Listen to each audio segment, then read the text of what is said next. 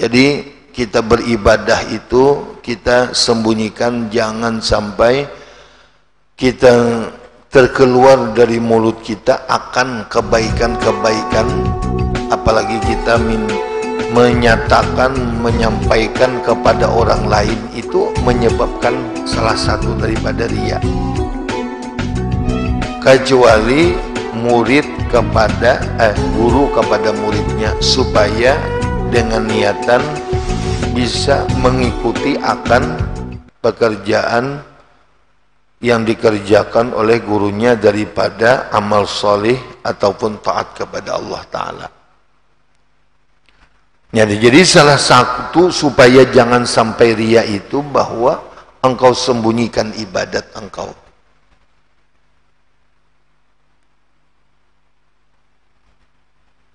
Nah, jadi karena kita sudah tahu aja kita beribadah itu di mana saja kita berada, apalagi di waktu kita sendiri dalam kesunyian seperti bangun tengah malam kita banyak beribadah, kita Allah Subhanahu wa taala itu tidak pernah mengantuk.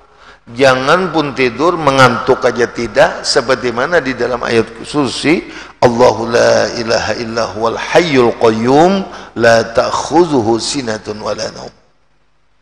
Nah, jadi Allah Subhanahu wa taala tidak ada yang disembah kecuali Dia.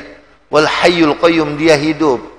Dia berdiri dengan sendirinya. La ta'khudhuhu sinatun, tidak pernah Allah Subhanahu wa taala itu mengantuk, wala naumun, dan tidak pernah tidur.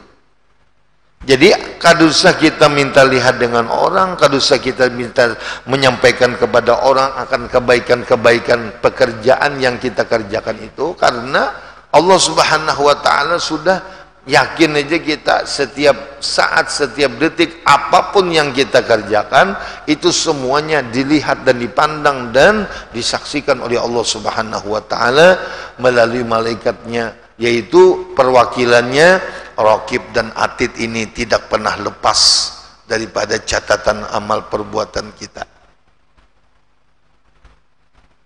Malaikat Raqib adalah mencatat sekecil apapun pekerjaan kebaikan yang kita kerjakan, akan ada tulisannya tanggal berapa, hari apa, jam berapa, dan saat waktu apa, di tempat apa, semuanya ada. Kemudian malaikat Atid pun mencatat juga tanggal berapa, jam berapa dia mengerjakan daripada maksiat.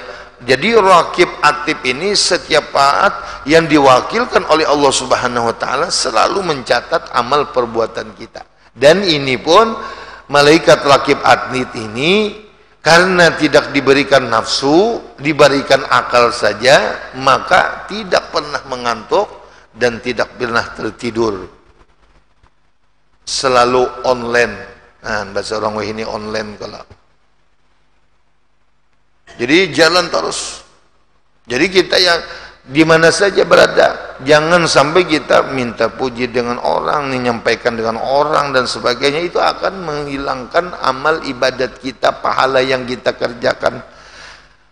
Nah, jadi hendaknya engkau sembunyikan akan ibadah. Jadi Allah Subhanahu wa taala nanti ada aja hitungannya, nanti catatannya. Kadusah kita cukup kita dengan Allah Subhanahu wa taala melalui perwakilan-perwakilan.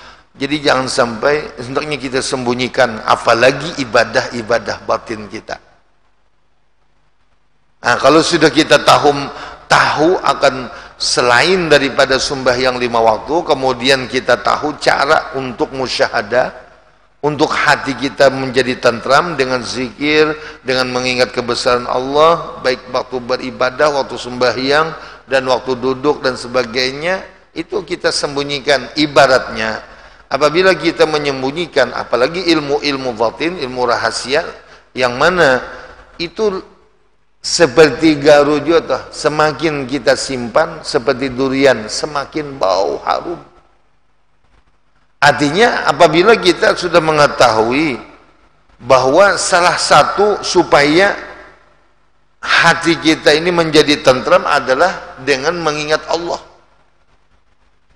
Nah, lalu karena kita selalu berriyadhah, mujahadah, latihan Baik itu waktu sembahyang, waktu rukuk, i'tidal, sujud, bawiritan, ataupun waktu-waktu biasa, mulutnya berzikir dengan kalimat la ilaha illallah atau Allah Allah, kemudian atau bersalat kepada Nabi Muhammad, kemudian hatinya memandang kebesaran Allah, melihat langit. Subhanallah, engkau menjadikan langit luar biasa ya Allah. Melihat matahari, siapa yang menjadikan matahari? Engkau ya Allah, engkau maha besar. Apapun yang dia lihat di situ menunjukkan di situ adanya ciptaan Allah, bikinan Allah, dan Allah yang menjadikan. Nah, jadi punya kita perasaan seperti itu, terus jabianlah mengata, bahkan kita bergerak, berduduk, berdiri, hati kita ini menjadi tentram. Nah, jadi jangan sampai kita keluarkan. Jangan sampai kita menyampaikan kepada orang lain seperti garu aja, seperti kita dupa. Jadi kita tahan aja. Itu semakin dupa itu kita buati, semakin bau harum. Begitu juga ilmu-ilmu batin, durian, semakin kita simpan, semakin bau harum. Semakin kita mengamalkan ilmu yang sudah kita dapatkan dengan ilmu-ilmu baik itu zahir maupun batin, maka akan merasakan kelezatan dan kenikmatan di dalam hati kita, menjadikan tentram jiwa kita. Berdiam aja. Jangan-jangan sampai kita kisahkan kepada orang lain, apalagi kita bukan ahlinya. Aku alhamdulillah limbah belajar mengaji di Masjid An-Nur ini tenang, jiwaku tenang, menjadi tentram macam-macam. Kayak pangkesahnya, aku kan mati bisa juga manu. Jadi gitu aja sudah datangi malam Rabu Habib Muhammad bin Umar Al-Hayyid, malam Minggu ulun, malam siapa lagi? Subuh sejaman. Nah, jadi ada datangi. Nah, itu salah satu mengajak, insya Allah hati kita menjadi tentram, menjadi tenang, awal kita. Nah, jadi kita kadusah karena kita mungkin tidak ada izin untuk menyampaikan kalau kada sesuai dengan apa dijelaskan oleh guru kita. Ya, jadi baik biar datang aja sudah ke masjid, langsung sembahyang berjamaah di masjid, langsungnya duduk. Bayar maghrib isya aja, tak banyak di luar juga kalau pada nang duduk di majlis. Sudah main sepak bola dunia tengah malam, hakun aja bangun. Jam waktunya 45 menit, hakun aja mata kalat. Ini kita antara maghrib isya 45 menit lah. Kadang-kadang setengah jam aja, ya. Nah. Tapi luar biasa. Duduk kita sebentar di majlis ilmu ini, pahalanya lebih afdal daripada beribadah 60 tahun. Subhanallah.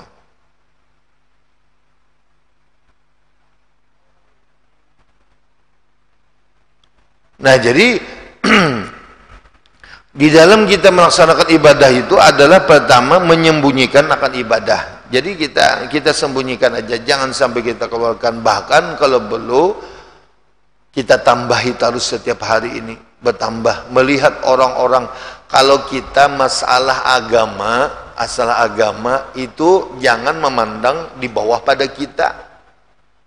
Kalau kita memandang di bawah pada kita, ya nang kada ada bertambah lalu. Maksudnya gini, kita misalnya baca Al-Quran sehari, misalnya aja misalnya sejuz, misalnya seharian semalaman, lalu melihat di bawah pada kita, ikan berapa sehari baca Quran?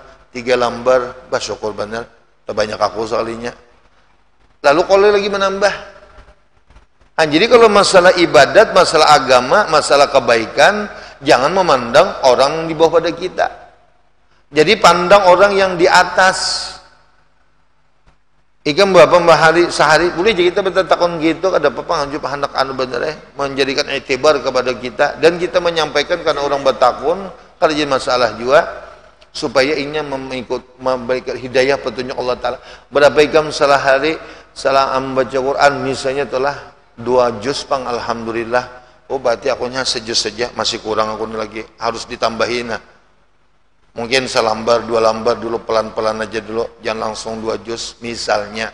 Jadi melihati orang yang lebih, kalau masalah agama, masalah ibadat, masalah kebaikan, yang dipandang itu orang yang lebih banyak daripada kita, kayak itu. Nah, kalau masalah keduniaan berbalik. Kalau masalah keduniaan nang lebih kalau kita melihat itu nang di bawah kita aja, supaya apa? Supaya mau bersyukur. Kawan kita bang Isa tuh, ikam ada bisa apa? Ikam di rumah, alhamdulillah bisa kendaraan sebuah. Kita misalnya 2 buah, alhamdulillah. Jadi pandang di bawah kita, walaupun sebutingnya nang sudah hendak parak mati sudah kendaranya, syukur. Kenapa? Karena kita melihat orang yang di bawah pada kita. Jadi kalau masalah dunia jangan memandang ke atas. Nah, jadi berbalikannya. Munya kita menjadikan apa bisa kendaraan 4 buah tambah Enopa sebuah, nah mau kamu kepala. Munya melihat tidak banyak, keanggunan kayak apa aku nih supaya nengkainnya. Kadang kau dipaksa-paksa. Munya rezeki kita sampai di situ, bau usaha aja pian siang malam tulah. Ujung-ujungnya kita timbul masuk mama di rumah sakit, habis duitnya 1 juta 2 juta itu. Artinya sudah kita kada kau menargetkan orang yang di atas pada kita. Munya kita dapat ini, ada pulang kita kawan yang lain. Banyak lagi saksinya, kada ada habisnya. Nah, jadi kalau masalah dunia itu pandang yang di bawah daripada kita. Supaya apa? Supaya kita mau bersyukur, berterima kasih kepada Allah. Nah, kita ini kan alhamdulillah jakanya mata melihat, muntung bisa berbicara. Coba kita lihat orang yang buta, supaya kita mau bersyukur. Ya Allah, kasihannya orang buta tuh rajin nang di tengah jalan, nang rajin di polisi apa, nang di bensin tuh, nah biar menyelewat situ jangan pina itu bijikan etibar. Ya Allah, syukur alhamdulillah nina aku nina kau melihat kelihatan orang buta itu, jangan lawan pulang, jangan melihat gitu aja etibar, masukkan duit. Berapakah? Kada kawan 10.000, 20.000. Jangan etibar guru ancakulun melihat ya, melihat aja. Orang melihat menjadikan etibar, lawan buat kasihan. Inya hendaknya kayak orang juga, jadi tidak kawannya berusaha karena kada kawa. Nah, bersinggah satu mat. Buat dia akan berapakah kita tuh kasihan. Kayak apa merasa kalau seandainya kita nih buta kayak apa. Nah, jadi melihat orang yang buta lalu kita bersyukur, berterima kasih, kemudian sedekahkan. Mungkin kita kada tahu seharian ini kada sin makanan. Lalu karena kita memberikan duit pada saat itu, orang lain kada ada, lihat japai-japainya 20.000, lalu nukar nasi 2 hari misalnya kada makan, itu luar biasa pian pahala. Ya, itu doa nang kaitu nang rajin nang kita nang kabul bener itu adalah pertama doanya orang fakir miskin, kemudian doanya orang soleh, doanya anak yatim piatu. Nah, kemudian doanya daripada orang karena zalim. Itu 4 macam ini pian didengar oleh Allah Ta'ala dan cepat kabul. Jadi doanya fakir miskin, doanya. Jadi kalau bisa kita 4 macam ini, nah ada salah satunya, apalagi semuanya itu doa-doa mustajabah. Kan mereka nangka kan minyak hendak aja kan nangki orang biasanya kawai hendak usaha aja nangki orang, tapi orang kada mau. Artinya percaya diri ya kada kawai sudah sama. Nah, jadi kita bersyukur melihat orang yang buta, orang yang ada nang kekurangan tulikah atau tangannya sebelah atau kada bebatis dan sebagainya. Ini supaya menjadikan etibar kepada kita. Allahu Akbar. Nah, jadi apabila masalah agama lihati nang di atas daripada kita, nang lebih rajin daripada kita, nang ilmunya lebih luas daripada kita, supaya menambah kita giat lagi beribadah dan menuntut ilmu agama. Ya itu. Ikan belajar menuntut ilmu agama di mana-mana. Alhamdulillah di Masjid Al-Mukarramah di situ ada pengajian, aku turuni juga. Kemudian di Di mana-mana ada pengajian, ada di tuh nih. Oh, berarti aku nih hanya di Masjid Berlin aja. Kena aku juga kena umpat ke situ. Kayak itu. Tompolo mumpung masih ada kesempatan umur. Sudah masuk ke dalam kubur, rohnya bebulikai juga datangai ke rumah selama 40 hari, selama 100 hari, dan bahkan setiap hari bisa aja, terutama malam Jumat itu orang-orang tua kita yang masih meninggal dunia itu datang. Itu ada hadis Rasulullah. Jadi mereka-mereka yang membawa dosa, mereka-mereka dia datang dan dia minta, ada yang matanya sudah keluar, ada yang telinganya, ada yang berdarah-darah, jakanya diletakkan tuh rohnya itu. Nah, kenapa? Karena cambukan, karena azaban di dalam kubur. Lalu dia datang malam Jumat kepada anak-anaknya di Mohalawang datang. Wahai anakku, aku di dalam kubur, aku waktu di dunia mengerjakan dosa, aku menyesal. Coba kirimiakan Fatihah kah? Biar sebutin aja, baca bismillah aja gen. Hadiahkan pahalanya pakai aku supaya Allah melepaskan daripada azab di dalam kubur dan meringankan azab kubur. Tapi orang kada melihat lagi lain alamnya. Menangis baku cia kuitan kada mendengar lagi. Bahkan taranjah pulang kada papai, dan kada melihat lain anunya. Karena orang-orang alam roh itu jangan lawang itu nang ini jin kan lain, modern kayak angin lain, kayak bayangan lain, nang tembok nya tambus saja. Lawan itu ala alam malakut, kada bisa melihat kecuali orang-orang yang dibukakan Allah Taala hijab, orang-orang kasyaf. Nah, orang kasyaf itu kan dibukakan Allah Taala melihat tarusnya malam. Ketika dia bermusyahadah dengan Allah, minta saksikan kemananya, melihat orang kubur itu bermacam-macam siksaan mereka itu dalam kubur, ada yang dapat nikmat. Itu jadi setiap malam Jumat, maka itu kita orang bahari itu ingatkan. Nah, malam Jumat itu ulun bahari tahun 80-an belum masuk di Al-Falah, kan belajar mengaji bahari 2 perguruan Tulakan, itu malam Jumat perai. Kalau malam-malam lain, malam Sabtu, malam Senin, jadi cuma ada tapi tahu juga, guru bisa belum bertakon, kenapa jadi pin ke parai malam Jumat, pembabal mengaji di sini, bingung jaulun nih, cuma kedua ini lagi bertakon telah napa, maka mengaji, padahal malam Jumat bagus, Abdul lagi, sekalinya kami lihati, kami datangi, pina sekalinya guru kami itu beribadat sidin di atas sejadah, baca dalail, baca burdah, baca Quran dan sebagainya. Padahal sidin, padahal sidinnya anak beribadah, mumpung malam Jumat kan, malam Jumat itu kita membaca Quran itu berlipat ganda, salawat yang kita baca itu berlipat ganda pahalanya. Baca surah Kahfi, hari Jumat ini membaca surah Kahfi sampai kepada Jumat yang akan datang menjadikan nur dan cahaya di antara keduanya. Kalau kita membaca pada hari Jumat itu membaca surah Kahfi, itu Baitullah yang di Masjidil Haram yang di Mekah itu memancar nurnya ke tempat di mana kita membaca surah Kahfi. Itu ada hadis Rasulullah di dalam kitab Hidayatus Salikin yang dikarang oleh Syekh Abdul Somad Palembang. Insyaallah kita punya panjang umur, punya habis kita nak itu pulang kita mengambil berkah teman daripada Datuk Kalampayan Hidayatus Salikin yang itu bagus, itu adab-adab banyak situ. Nah, jadi apabila kita membaca surah Kahfi, kita berada di rumah misalnya malam Jumat atau siang Jumat, mulai dari maghrib malam Jumat itu sudah masuk, sudah malam Jumat sampai Jumat waktu maghrib malam Sabtu habis sudah waktunya. Jadi masa malaman sampai siangnya membaca surah Kahfi, satu mata aja membacanya, jangan kena salah paham. Oke, membacalah Kahfi, baca Kahfi. Nah, lain itu orang maksudnya sasurahan, lain Kahfi aja. Nah, jadi membaca surah Kahfi, punya rancak sudah biasa, biar membaca sudah satu mata. Ini sebelum membaca dihitungi dulu 1, 2, 3, apalagi nang di dalam Yasin.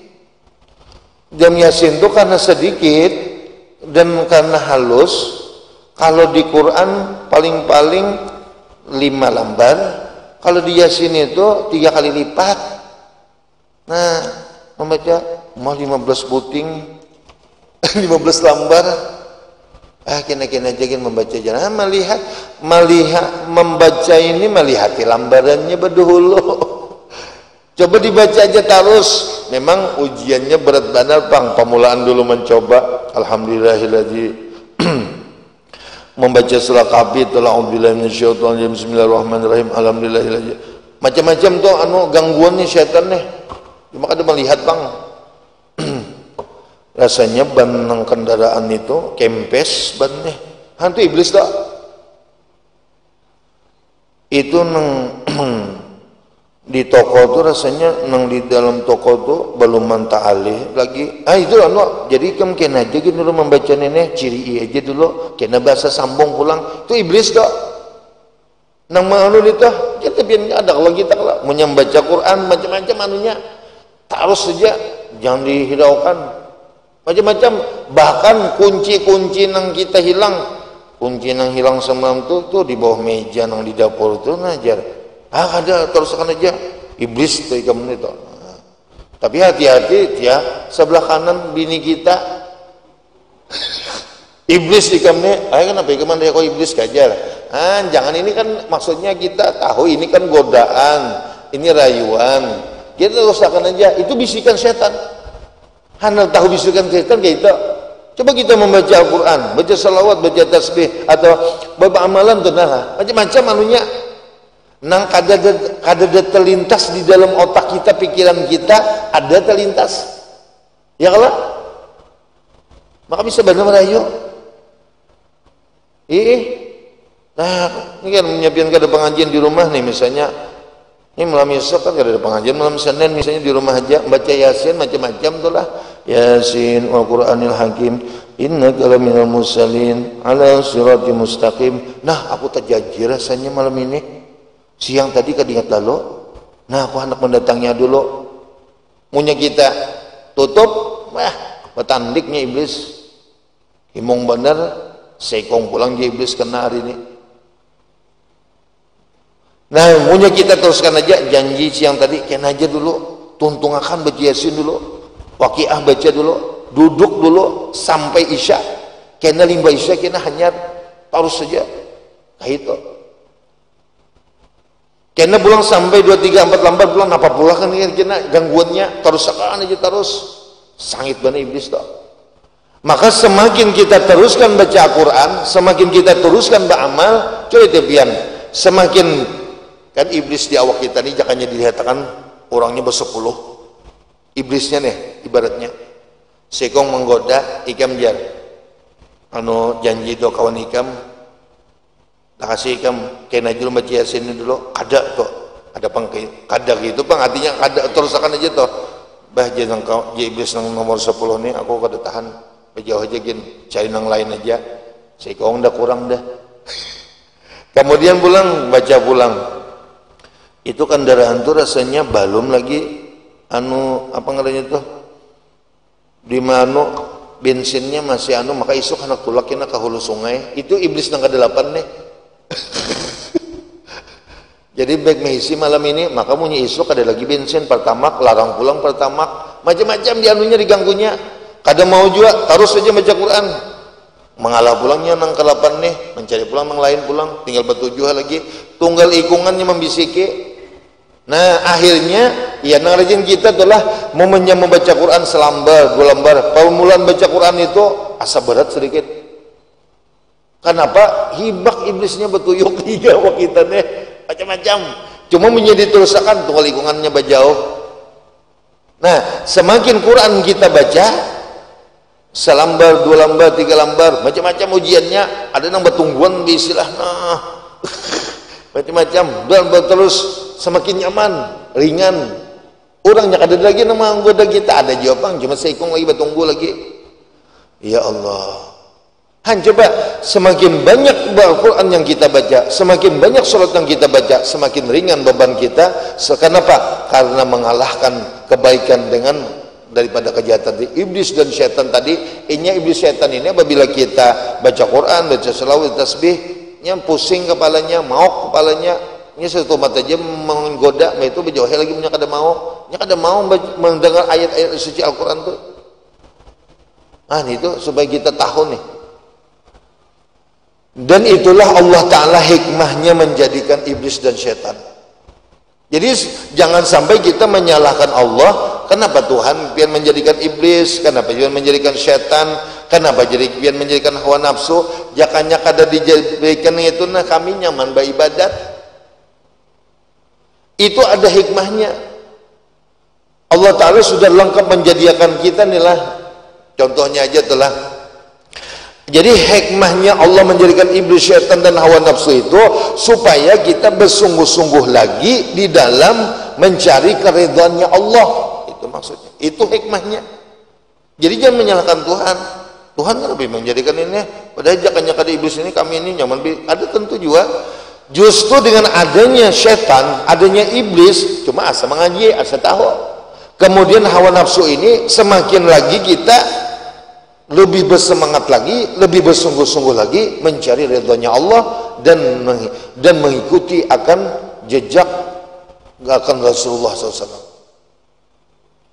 Misalnya contohnya, telah ada di tengah orang pengumuman, Nina, apabila subuh ini sembahyang ke Masjid An-Nur ini, itu sudah 4-5 ikong menjaga ada preman disodoknya, dipukulinya, besango kayu, besango kira-kira jangan pian nang kada tapi bisa bakal lahigen. Pokoknya subuh ini aku mana nang keres nang simpanan aku bahari mana. Kenapa ikam jan? Aku ni hendak ke masjid, kemudian ada nang halangi. Aku asalnya subuh ni rasa kada tulak pang, cuma karena agama, masalah agama kada boleh tulak ke situ. Aku malam ini babasang badan biar mati aku di situ kada apa-apa. Jadi aslinya jadi bertambah semangat lagi. Karena ada gangguan masalah agama, ada yang menahan, lebih bersemangat lagi. Artinya kesenangan itu mana? Aku kada apa? Punya aku mati fisabilillah. Ante itu. Jadi karena ada gangguan lalu bersemangat lagi. Jangan gitu aja mamanya, aku janda kena balo kena. Jadi kita dengan adanya gangguan, ada yang menghalangi kita, lebih lagi kita supaya kayak apa? Supaya karena sudah sering sembahyang subuh berjamaah di masjid, karena sudah merasakan kelezatan dan kenikmatan dan khasiat dan mendapatkan ridhonya Allah Ta'ala, ada yang menghalangi, siapapun orangnya, bentuk apapun tidak bisa. Lebih lagi ada betah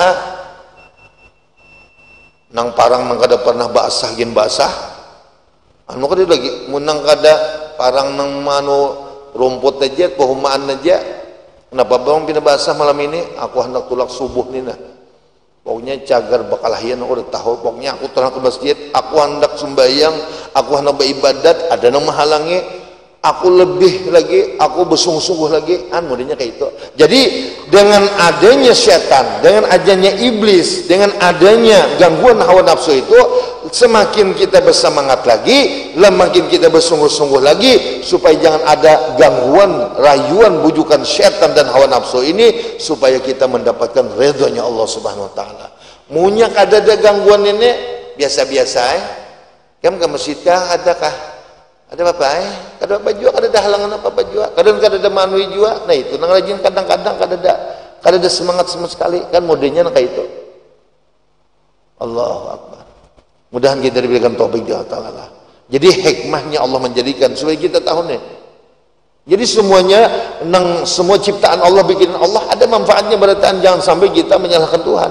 Itu ada hikmahnya. Bahkan iblis, syaitan najagin itu ada hikmahnya. Kenapa? Dengan adanya iblis kita tahu Allah sudah menyatakan dalam Al-Quran, wala tattabi'u khutuwati syaitan, jangan kamu mengikuti langkah-langkah syaitan, inna syaitana la'adum mubin, kata Allah. bahwa setan itu musuh yang nyata, cuma kada kelihatan benar.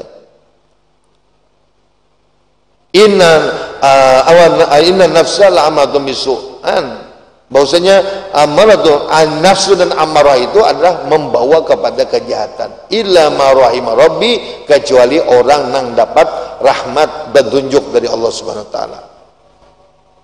Allah.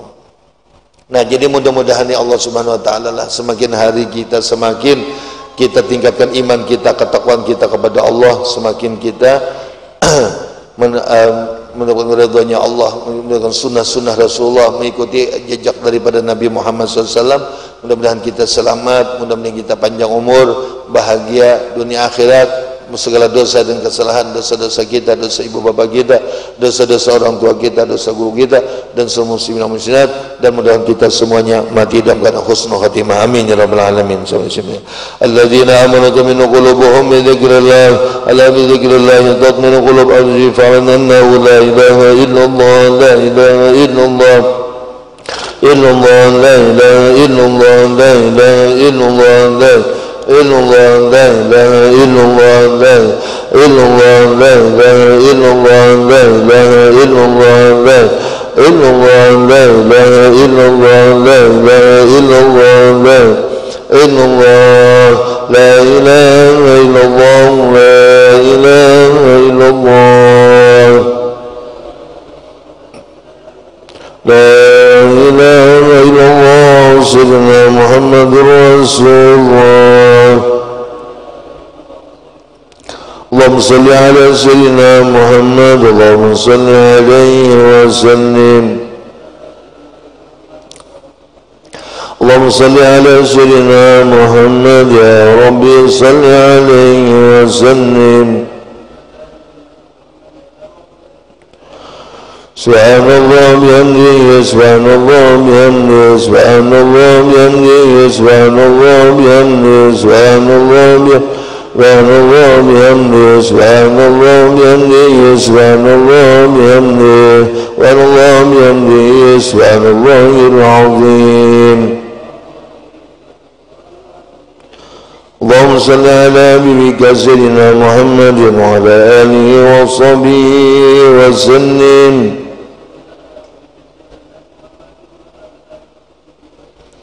اللهم صل على حبيبك سيدنا محمد وعلى آله وصحبه وبارك وسلم أجمعين.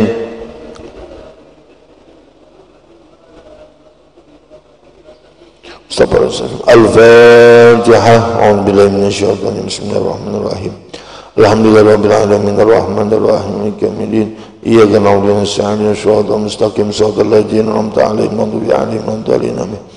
بسم الله الرحمن الرحيم. والصلاة والسلام على أشرف الأنبياء والمرسلين سيدنا محمد وأجمعين. اللهم صل على سيدنا محمد فأروى ولجل سريات والله عصير وسبحنا فعلنا في أجل مجلس المباركة واصلة ورحمة النازل وشين حضرة سيدنا وحبنا الشافين وحمد وزوق وشمال أشرف شمال مزين وحمد من الشيخين المعلمين والمسلمين بفهم اللهم اجعلهم في هذا المسجد النور أوصيك ذلك سبيل ما أوصيك ذلك سبيل اللهم اجعلنا الله في دارنا من النار وشيلنا من النار وجدنا من النار بأن الله في لنا ورحمنا وبارك لنا إذا صرنا من أصل وطوفا المسلمين وحكم بنا وانفعنا منه يا أرحم الراحمين.